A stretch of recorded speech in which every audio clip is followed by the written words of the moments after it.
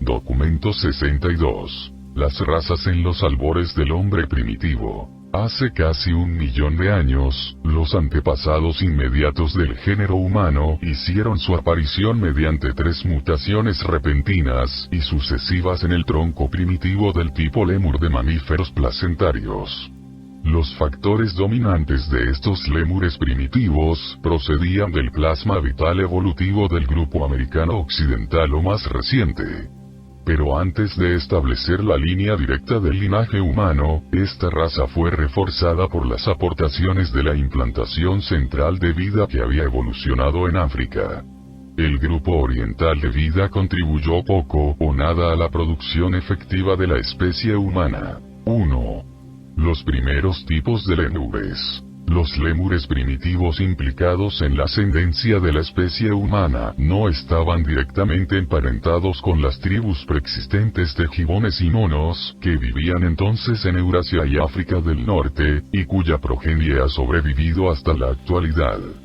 Tampoco eran los descendientes del tipo moderno de lémur, aunque los dos procedían de un antepasado común que se había extinguido hacía mucho tiempo. Mientras estos lémures primitivos evolucionaban en el hemisferio occidental, los mamíferos antepasados directos de la humanidad se establecían en el suroeste de Asia, en la zona original de la implantación central de vida, pero en las fronteras de las regiones orientales.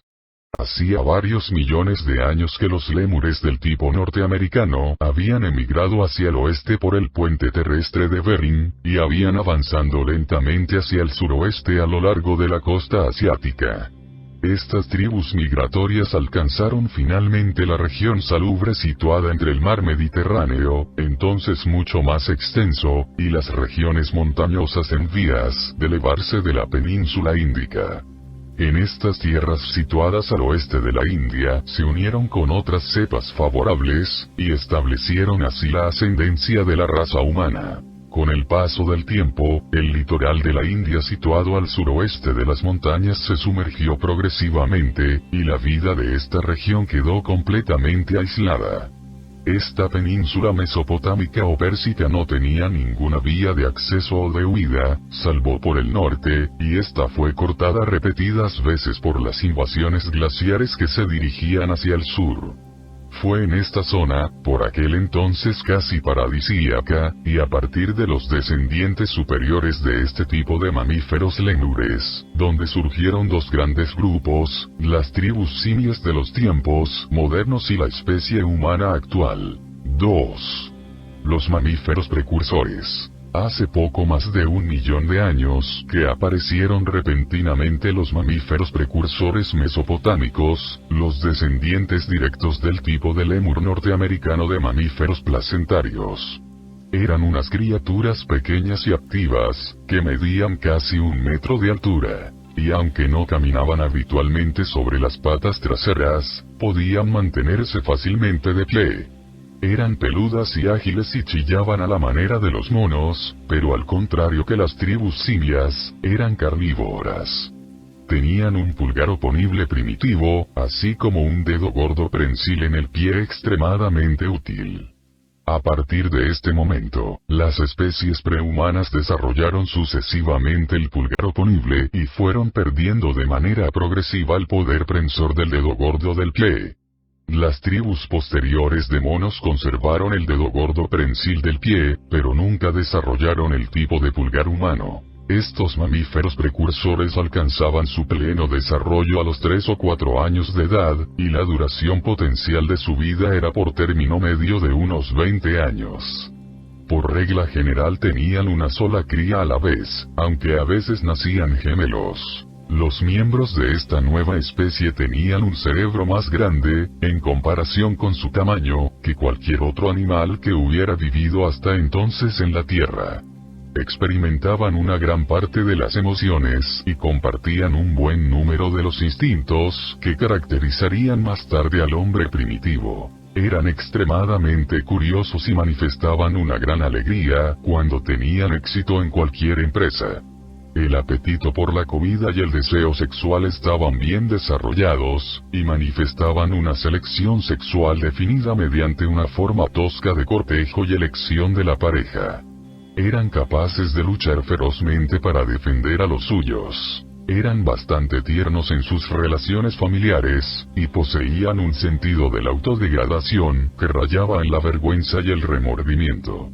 Eran muy afectuosos y de una fidelidad conmovedora hacia su pareja, pero si las circunstancias los separaban, escogían una nueva compañía.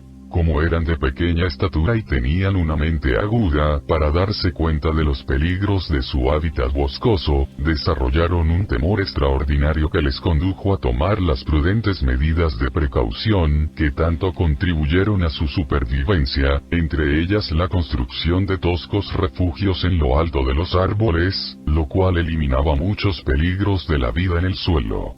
El origen de las tendencias al miedo que tiene la humanidad data más específicamente de estos tiempos. Estos mamíferos precursores desarrollaron un espíritu tribal que nunca se había manifestado anteriormente.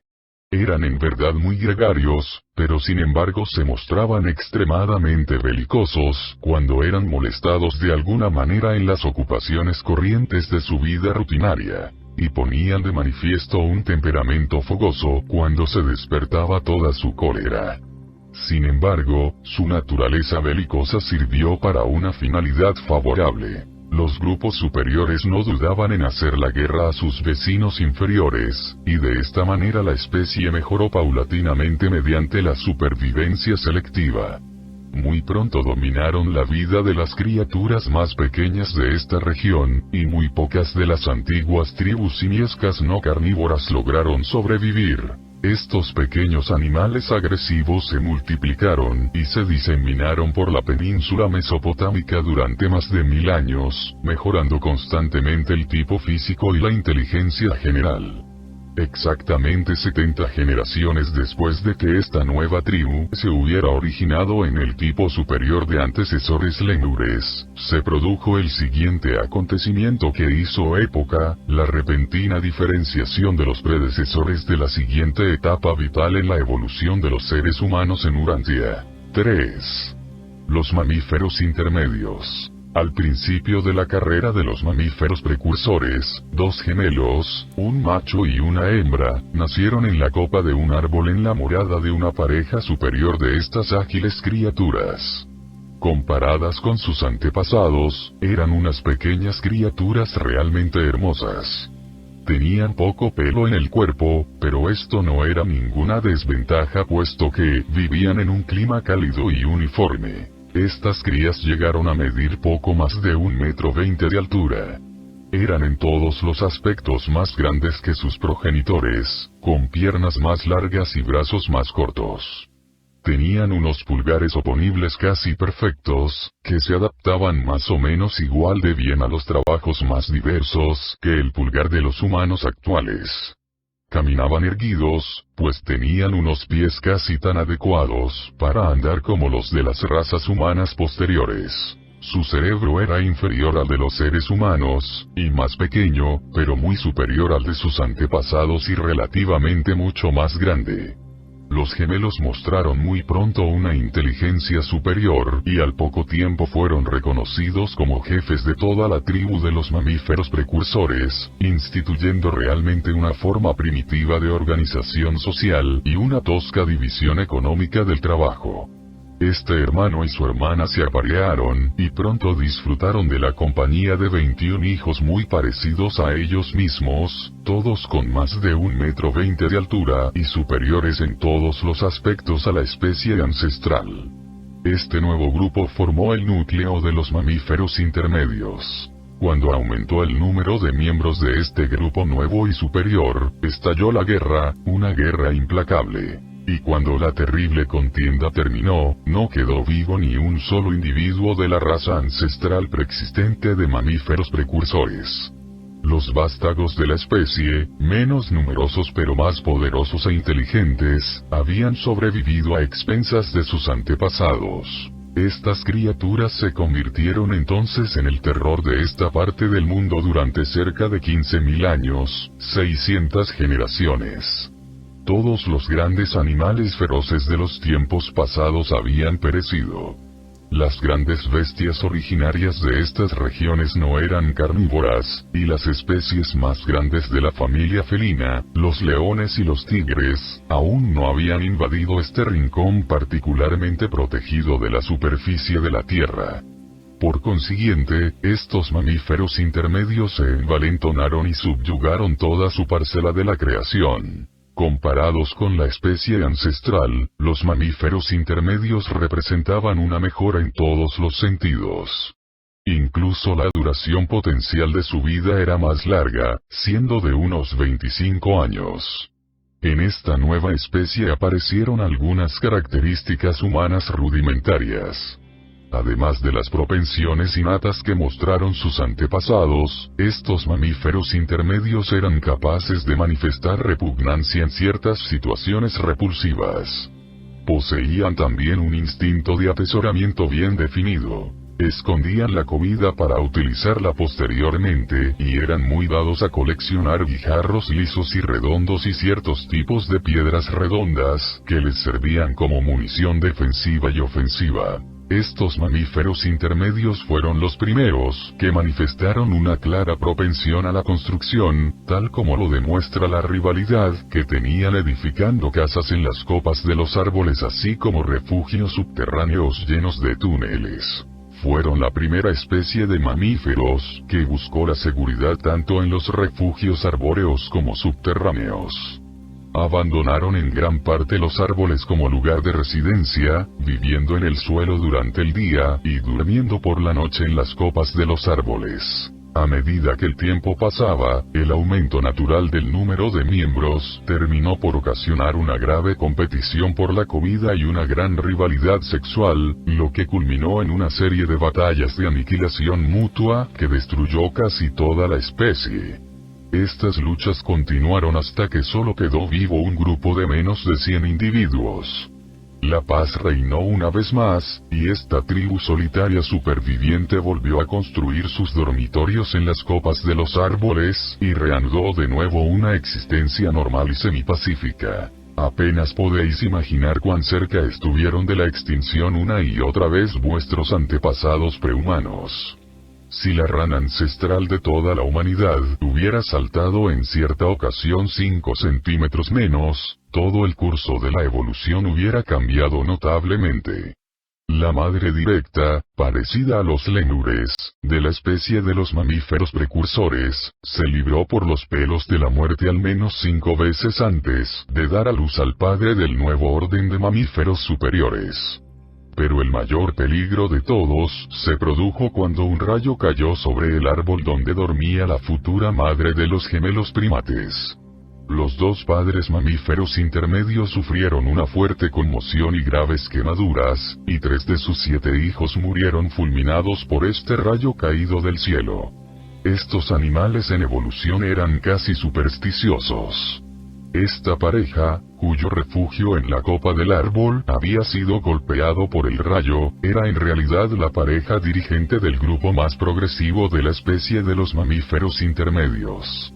Siguiendo su ejemplo, más de la mitad de la tribu, que incluía a las familias más inteligentes, se alejó a unos 3 kilómetros de este lugar y empezó a construir sus nuevos domicilios en la copa de los árboles y nuevos refugios subterráneos, sus guaridas transitorias en caso de peligro repentino.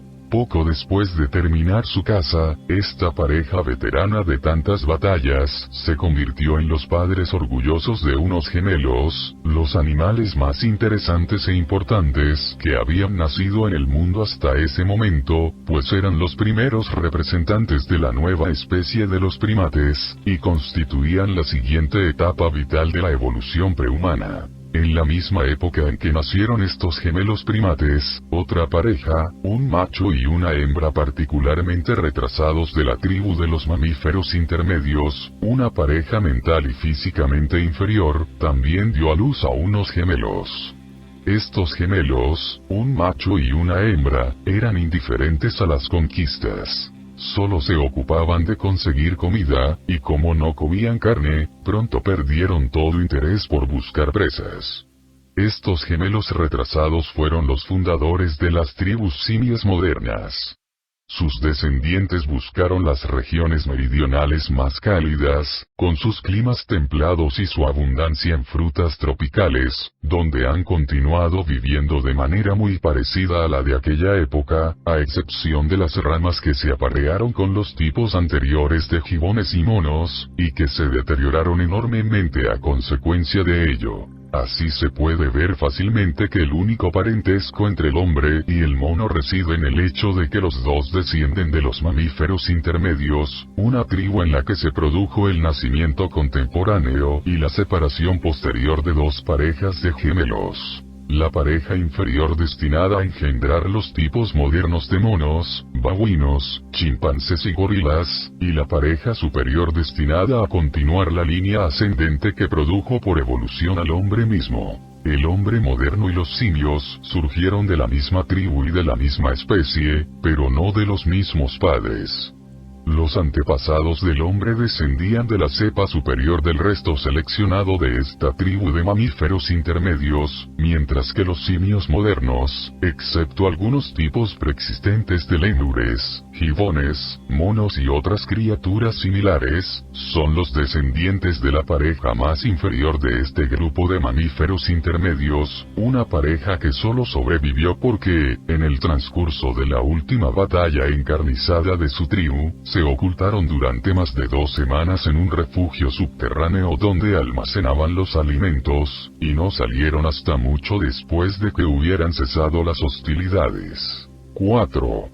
Los primates. Regresemos al nacimiento de los gemelos superiores, un macho y una hembra, los dos miembros destacados de la tribu de los mamíferos intermedios. Estas crías eran de una clase excepcional. Tenían aún menos pelo en el cuerpo que sus padres y desde muy pequeños insistieron en caminar erguidos. Sus antepasados siempre habían aprendido a caminar sobre sus patas traseras, pero estos gemelos primates estuvieron erguidos desde el principio. Alcanzaron una altura de más de 1,5 metros, y sus cabezas eran más grandes en comparación con las de otros miembros de la tribu. Aprendieron muy pronto a comunicarse el uno con el otro por medio de señas y sonidos, pero nunca lograron que su pueblo comprendiera estos nuevos símbolos. Cuando tenían aproximadamente 14 años, huyeron de la tribu, dirigiéndose hacia el oeste para criar a su familia y fundar la nueva especie de los primates. A estas nuevas criaturas se les denomina muy adecuadamente primates, puesto que fueron los antepasados animales directos e inmediatos de la familia humana misma. Así es como los primates llegaron a ocupar una región en la costa oeste de la península mesopotámica, que en aquella época se adentraba en el Mar del Sur, mientras que las tribus menos inteligentes y estrechamente emparentadas vivían en la punta de la península a lo largo de su costa oriental. Los primates eran más humanos y menos animales que los mamíferos intermedios que los precedieron.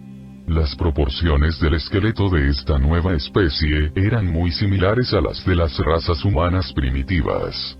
El tipo de mano y de pie humanos se había desarrollado plenamente, y estas criaturas podían caminar e incluso correr tan bien como cualquiera de sus descendientes humanos posteriores. Abandonaron casi por completo la vida en los árboles, aunque continuaron recurriendo a las copas de los árboles como medida de seguridad durante la noche, pues al igual que sus antepasados anteriores, estaban extremadamente dominadas por el miedo. La creciente utilización de sus manos contribuyó mucho al desarrollo de la capacidad inherente de su cerebro, pero aún no poseían una mente que se pudiera calificar realmente de humana. Aunque la naturaleza emocional de los primates difería poco de la de sus antepasados, mostraban una tendencia más humana en todas sus inclinaciones. Eran en verdad unos animales espléndidos y superiores. Alcanzaban la madurez hacia los 10 años de edad y la duración de su vida natural era de unos 40 años. Esto significa que podrían haber vivido 40 años si hubieran muerto de muerte natural, pero en aquellos tiempos primitivos muy pocos animales morían de muerte natural. La lucha por la existencia era demasiado fuerte. A continuación, después de casi 900 generaciones de desarrollo, que abarcaron cerca de 21.000 años desde la aparición de los mamíferos precursores, los primates dieron a luz repentinamente a dos asombrosas criaturas, los primeros seres verdaderamente humanos. Así es como los mamíferos precursores, que habían surgido del tipo norteamericano de lémures, dieron origen a los mamíferos intermedios, y estos últimos produjeron a su vez los primates superiores, que fueron los antepasados directos de la raza humana primitiva. Las tribus primates fueron el último eslabón vital en la evolución del hombre, pero en menos de 5.000 años no quedó ni un solo individuo de estas tribus extraordinarias. 5. Los primeros seres humanos. El nacimiento de los dos primeros seres humanos se produjo exactamente 993.419 años antes del año 1934 de la era cristiana. Estas dos criaturas extraordinarias eran unos seres verdaderamente humanos. Poseían un pulgar humano perfecto, como muchos de sus antepasados, y tenían unos pies tan perfectos como las razas humanas actuales. Estos seres caminaban y corrían, pero no trepaban. La función prensil del dedo gordo del pie ya no existía, había desaparecido por completo. Cuando el peligro los empujaba hacia las copas de los árboles, subían tal como lo harían los humanos de hoy. Subían por el tronco de los árboles como los osos, y no como los chimpancés o los gorilas, balanceándose de rama en rama. Estos primeros seres humanos, y sus descendientes, alcanzaban la plena madurez a los 12 años, y la duración potencial de su vida era de unos 75 años. Pronto aparecieron muchas emociones nuevas en estos gemelos humanos. Sentían admiración tanto por los objetos como por los otros seres, y daban muestras de una considerable vanidad.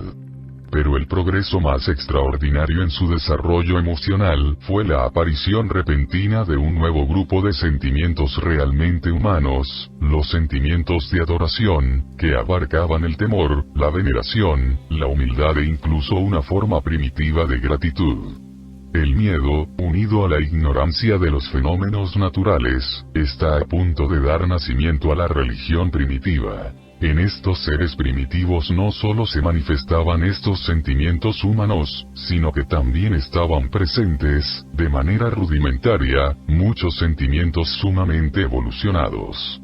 Conocían ligeramente la compasión, la vergüenza y el reproche, y tenían una aguda conciencia del amor, del odio y de la venganza. También eran propensos a experimentar unos celos muy acusados. Estos dos primeros humanos, los gemelos, fueron un gran tormento para sus padres primates. Eran tan curiosos y aventureros que estuvieron a punto de perder la vida en numerosas ocasiones antes de cumplir los 8 años. Sea como fuere, tenían bastantes cicatrices en el momento de cumplir los 12 años. Aprendieron muy pronto a comunicarse verbalmente. A la edad de 10 años habían elaborado un lenguaje perfeccionado de signos y palabras de casi 50 ideas, y habían mejorado y ampliado enormemente la técnica rudimentaria de comunicación de sus antepasados.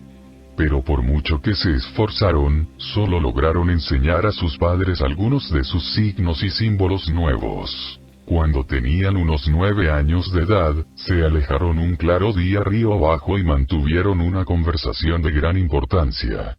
Todas las inteligencias celestiales estacionadas en Urantia, incluido yo mismo, estaban presentes y observaban el desarrollo de esta cita al mediodía.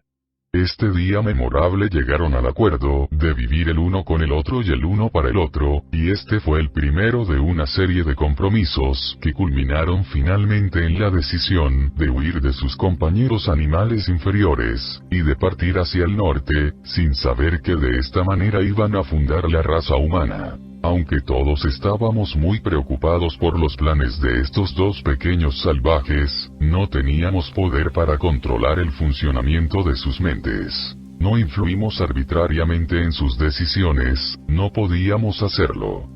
Pero dentro de los límites permisibles de nuestras funciones planetarias, nosotros, los portadores de vida, junto con nuestros asociados, nos confabulamos para inducir a los gemelos humanos a que se dirigieran hacia el norte, lejos de sus parientes peludos que vivían parcialmente en los árboles. Y así, en virtud de su propia elección inteligente, los gemelos emigraron, y a causa de nuestra supervisión, emigraron hacia el norte, hacia una región aislada donde escaparon a la posibilidad de degradarse biológicamente mezclándose con sus parientes inferiores de las tribus de los primates. Poco antes de partir de su bosque natal, perdieron a su madre durante un ataque por sorpresa de los gibones. Aunque ella no poseía la misma inteligencia que ellos, como mamífero tenía por sus hijos un noble afecto de orden superior, y dio su vida valientemente intentando salvar a la pareja maravillosa. Su sacrificio no fue en vano, pues contuvo al enemigo hasta que el padre llegó con refuerzos y puso en fuga a los invasores. Poco después de que esta joven pareja abandonara a sus compañeros para fundar la raza humana, su padre primate se quedó desconsolado, tenía el corazón destrozado. Se negó a comer, incluso cuando sus otros hijos le llevaban la comida. Como había perdido a sus brillantes vástagos, la vida no le parecía digna de ser vivida al lado de sus mediocres semejantes. Se alejó pues vagando por el bosque, fue atacado por unos gibones hostiles y estos lo mataron a golpes. 6. La evolución de la mente humana. Nosotros, los portadores de vida que estábamos en Urantia, habíamos pasado por la larga vigilia de una espera vigilante desde el día en que plantamos por primera vez el plasma de vida en las aguas del planeta, y la aparición de los primeros seres realmente inteligentes y volitivos nos causó naturalmente una gran alegría y una satisfacción suprema. Habíamos estado observando el desarrollo mental de los gemelos mediante el funcionamiento de los 7 espíritus ayudantes de la mente, asignados a Urantia en el momento de nuestra llegada al planeta. A lo largo de todo el desarrollo evolutivo de la vida planetaria, estos ministros incansables de la mente siempre habían registrado su creciente habilidad para ponerse en contacto con las capacidades cerebrales de los animales, las cuales se ampliaban sucesivamente a medida que las criaturas animales progresaban hacia niveles superiores. Al principio, únicamente el espíritu de la intuición pudo actuar sobre el comportamiento instintivo y reflejo de la vida animal primigenia. Cuando los tipos superiores se diferenciaron, el espíritu de la comprensión pudo dotar a estas criaturas con el don de asociar espontáneamente las ideas. Más tarde observamos que el espíritu de la valentía estaba en funcionamiento. Los animales en evolución desarrollaron realmente una forma rudimentaria de conciencia protectora de sí mismos. Después de la aparición de los grupos de mamíferos, contemplamos que el espíritu del conocimiento se manifestaba cada vez más. La evolución de los mamíferos superiores permitió el funcionamiento del espíritu de consejo, con el consiguiente incremento del instinto gregario y los comienzos de un desarrollo social primitivo. El servicio creciente de los 5 primeros ayudantes lo habíamos observado cada vez más durante los tiempos de los mamíferos precursores, los mamíferos intermedios y los primates. Pero los 2 últimos ayudantes, los ministros superiores de la mente, nunca habían podido funcionar en el tipo de mente evolutiva de Urantia. Imaginad nuestra alegría cuando un día, los gemelos tenían unos 10 años, el espíritu de adoración se puso en contacto por primera vez con la mente de la gemela, y poco después con la del gemelo. Sabíamos que algo muy semejante a la mente humana se acercaba a su culminación. Cerca de un año después, cuando resolvieron finalmente, debido a unos pensamientos meditados y a una decisión deliberada, huir del hogar y viajar hacia el norte, entonces el espíritu de la sabiduría empezó a funcionar en Urantia y en estas dos mentes humanas, ahora reconocidas como tales. Un nuevo tipo de movilización se produjo inmediatamente en los 7 espíritus ayudantes de la mente. Estábamos llenos de expectación. Nos dábamos cuenta de que se acercaba el momento tanto tiempo esperado. Sabíamos que estábamos a las puertas de hacer realidad nuestro prolongado esfuerzo por producir mediante la evolución unas criaturas volitivas en Urantia. 7. El reconocimiento como mundo habitado. No tuvimos que esperar mucho tiempo. Al día siguiente de la huida de los gemelos, el primer destello de prueba de las señales del circuito universal se produjo al mediodía en el centro receptor planetario de Urantia. Todos estábamos, por supuesto, muy emocionados, pues nos dábamos cuenta de que un gran acontecimiento era inminente. Pero como este mundo era una estación experimental de vida, no teníamos la menor idea de la manera exacta en que seríamos informados de que la vida inteligente había sido reconocida en el planeta. Pero no permanecimos mucho tiempo en la incertidumbre. Al tercer día de la fuga de los gemelos, y antes de que partiera el cuerpo de los portadores de vida, llegó el arcángel de Nevadón que estaba encargado de establecer los circuitos planetarios iniciales. Fue un día memorable en Urantia, cuando nuestro pequeño grupo se reunió alrededor del polo planetario de las comunicaciones espaciales, y recibió el primer mensaje de Salvington en el circuito mental recién instalado en el planeta. Este primer mensaje, dictado por el jefe del cuerpo de los arcángeles, decía: a los portadores de vida que están en Urantia, saludos. Transmitimos la certeza de que se ha experimentado un gran placer en Salvington, Edentia y Jerusalén cuando en la sede central de Nevadón se registró la señal de que una mente con dignidad volitiva existía en Urantia. Se ha tomado nota de que los gemelos han decidido deliberadamente huir hacia el norte y apartar a sus descendientes de sus antepasados inferiores. Esta es la primera decisión que toma una mente de tipo humano, en Urantia, y establece automáticamente el circuito de comunicación por el que este mensaje inicial de reconocimiento se está transmitiendo. Luego llegaron los saludos, por este nuevo circuito, de los altísimos de Edentia, que contenían instrucciones para los portadores de vida residentes, prohibiéndonos interferir en el modelo de vida que habíamos establecido. Se nos ordenó que no interviniéramos en los asuntos del progreso humano. No se debe deducir que los portadores de vida interfieren de manera arbitraria y mecánica en el proceso natural de los planes evolutivos de un planeta, porque no lo hacemos.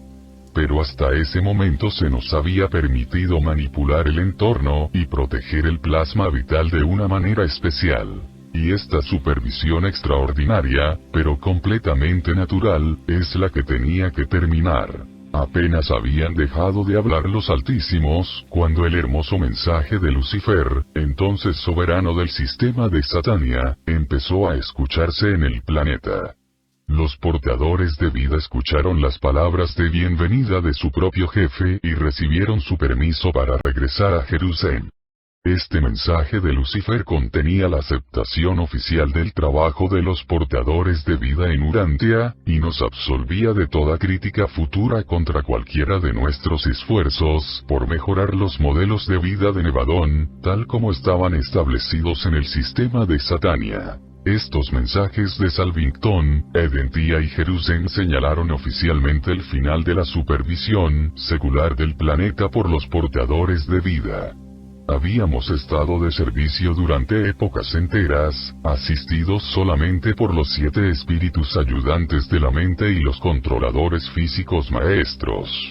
Y ahora que la voluntad, la facultad para elegir la adoración y la ascensión, había aparecido en las criaturas evolutivas del planeta, comprendimos que nuestro trabajo había terminado, y nuestro grupo se preparó para partir.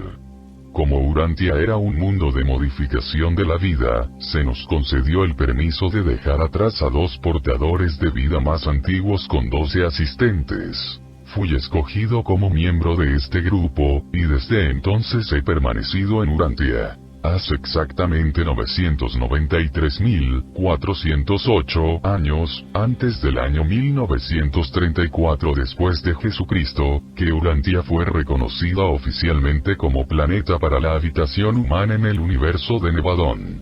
La evolución biológica había logrado una vez más los niveles humanos de dignidad volitiva. El hombre había aparecido en el planeta 606 de Satania, patrocinado por un portador de vida de Nevadón, residente en Urantia.